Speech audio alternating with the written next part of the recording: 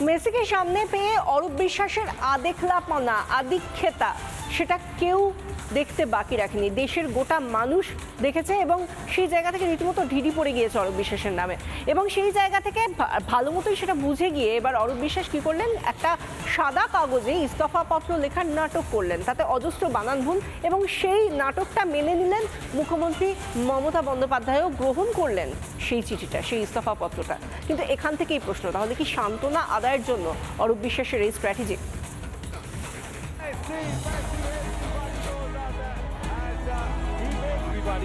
Thank you once again on behalf of all the football fans to bring the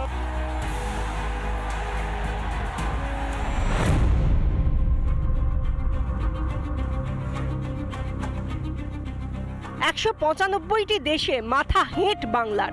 প্রচণ্ড সমালোচনার মাঝে ক্রীড়ামন্ত্রীর পদ থেকে ইস্তফা দিলেন অরূপ বিশ্বাস। এই দেখুন সেই ইস্তফাপত্র। স্রেফ সাদা পাতায় একটা ইস্তফা।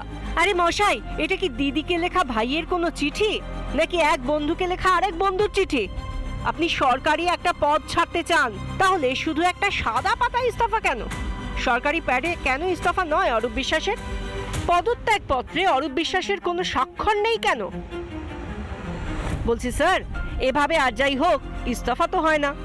এতটাই অপেশাদার বাংলার সরকার।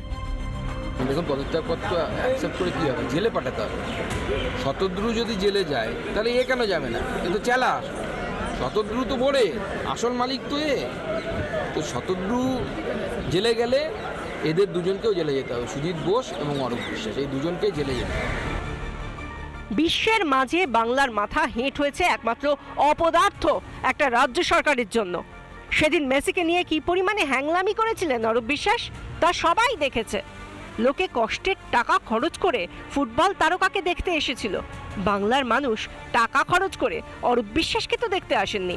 এই ন্যূনতম জ্ঞান নেই একজন মন্ত্রীর? অরূপের সেই ইস্তফাপত্র গ্রহণ করেছেন মুখ্যমন্ত্রী মমতা বন্দ্যোপাধ্যায়। ইস্তফা দিয়ে কি সহানুভূতি আদায়ের চেষ্টা করলেন অরূপ বিশ্বাস? মমতা বন্দ্যোপাধ্যায় কখন অরূপ বিশ্বাসকে অপসারণ করবেন? কখন অরূপ বিশ্বাস ও সুজিত বসুকে গ্রেফতার করে রাজধর্ম পালন করবেন মমতা? রিপাবলিক বাংলা। নানা ধরনের কন্টেন্ট দেখার জন্য লাইক করুন, শেয়ার করুন আমাদের ফেসবুক পেজ, সাবস্ক্রাইব করুন আমাদের ইউটিউব চ্যানেল। পাশাপাশি অন্যান্য ব্রেকিং নিউজের জন্য অবশ্যই চোখ রাখুন রিপাবলিক বাংলায়।